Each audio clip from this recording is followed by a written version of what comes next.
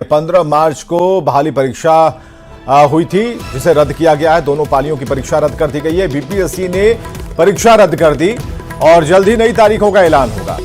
तो बड़ी खबर इस वक्त की शिक्षक बहाली परीक्षा के बारे में, जिसे रद्द किया गया है। बीपीएससी ने इसे रद्द किया है। दोनों ही पालियों की परीक्षा को रद्द कर दिया गया। 15 मार्च को यह बहाली परीक्षा हुई थी, जिसे रद्द किया गया है और जल्द ही नई तारीखों का ऐलान होगा। परीक्षा का पेपर लीक हो गया था इस वजह से। और रजनीश हमारे साथ फोन लाइन पर है ज्यादा जानकारी के साथ। रजनीश, जानकारी दें।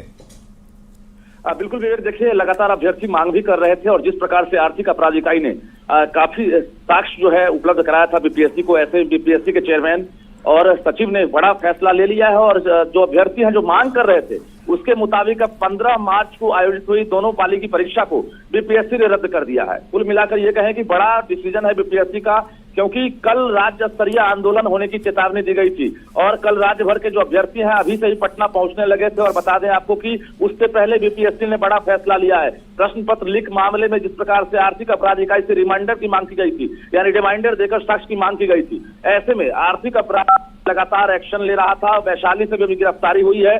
उसके साथ साथ जो पत्राचार किए गए थे उसमें इलेक्ट्रॉनिक डिवाइसेस के जरिए कई उपकरण जो है बरामद किए गए। उसके साथ साथ जो आर्थिक अपराध इकाई के रडार पर है बीपीएससी के कर्मचारी और उसके साथ साथ कई जिले के अधिकारी भी थे। ऐसे में 300 से ज्यादा गिरफ्तारी के बाद बीपीएससी को आखिरकार ये फैसला लेना पड़ा है और दोनों पाली की परीक्षा को फिलहाल रद्द कर दिया गया है। और जो नई तिथि है उसकी घोषणा बाद में होगी। हालांकि ये माना जा रहा है कि अब बीपीएससी जांच में सहयोग करेगा, क्योंकि जिस प्रकार से आर्थिक अपराध इकाई शुरू से ही कह रहा है कि प्रश्न पत्र लीक हुआ है और परीक्षा से पूर्व जो सॉल्वर गैंग है वो पटना से लेकर हजारीबाग तक जाल बिछा दिए थे, जिसके बाद हजारीबाग और पटना की पुलिस ने यानी साइबर सेल ने गिरफ्तारी की दबिश बढ़ाई और लगातार जांच जारी है। ऐसे में जो भी शिक्षा माफिया है, जो बड़ी मछली है, वहां तक पहुंचने के लिए बीपीएससी का सहयोग लिया जाएगा। इसको लेकर बीपीएससी ने खुद बड़ा एक्शन लिया है और दोनों पाली की परीक्षा को रद्द कर दिया है। विवेक, बिल्कुल रजनीश, और साक्ष्य बीपीएससी की तरफ से मांगे गए थे, ऐसे कौन से साक्ष्य? हालांकि ये जरूर कहा जा रहा था कि इलेक्ट्रॉनिक डिवाइसेस और ये सारी चीजों का इसमें प्रयोग किया गया था। तो क्या जो क्राइम ब्रांच थी, क्या उन्होंने जो साक्ष्य उपलब्ध कराए थे? बीपीएससी कैसे आखिर इतनी आसानी से माना कि नहीं इस परीक्षा को रद्द होना चाहिए अगली तारीख जब भी हो? देखिए, आर्थिक अपराध इकाई का कहना है कि परीक्षा शुरू होने से पहले जो संगठित गिरोह है, जो सॉल्वर गैंग है, उसके पास प्रश्न पत्र पहुंच चुका था और जिसकी पुष्टि आर्थिक अपराध इकाई ने छापेमारी के बाद कर दी, गिरफ्तारी के बाद कर दी।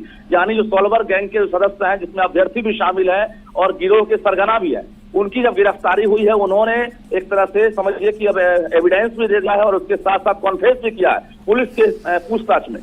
तो अब बीपीएससी के पास फिलहाल कोई रास्ता नहीं था, क्योंकि कल राज्य स्तरीय आंदोलन होना है और उसके साथ साथ जो अभ्यर्थी हैं वो पटना की तरफ कूच करने लगे हैं। बीपीएससी ने बड़ा एक्शन लिया। दोनों पाली की परीक्षा जो है फिलहाल रद्द कर दी गई है और अभी बीपीएससी ने इसकी सूचना दे दी है और पत्राचार करके आर्थिक अपराध इकाई को भी जानकारी दे दी है। जी, कितनी जल्दी ये परीक्षा हो सकती है? कोई संभावना होली के बाद इसकी तारीख हो सकती है? कितने दिन का वक्त लगेगा एक पूरे पैकेज को तैयार करने में? देखिए, ये जरूर है कि जो टारगेट रखा गया था, चूंकि लोकसभा चुनाव है और जो विज्ञापन जारी करने का टारगेट था वो मार्च महीने था और परीक्षा की तिथि की घोषणा कर दी गई थी। लेकिन अब जो कैलेंडर है जो अचानक बदला गया था उसमें अब बदलाव हो सकता है और होली से पहले अब परीक्षा फिलहाल संभव नहीं दिख रही है। इसको लेकर एक बड़ी बैठक बुलाई जाएगी कहा जा रहा है और बैठक के बाद माना जा रहा है कि होली के बाद ही ये परीक्षा संभव है, क्योंकि आगे 9, 10 और 11, 12 के भी जो अभ्यर्थी हैं वो इंतजार में है। उनकी परीक्षा की तारीख भी अब बढ़ सकती है। तो बीपीएससी अब इसके बाद एक बैठक करेगा, उसके बाद ये निर्णय लिया जाएगा। बहुत बहुत शुक्रिया रजनीश तमाम जानकारियों के लिए, बात के लिए। और खबरें लगातार जारी हैं, बने रहिए हमारे साथ।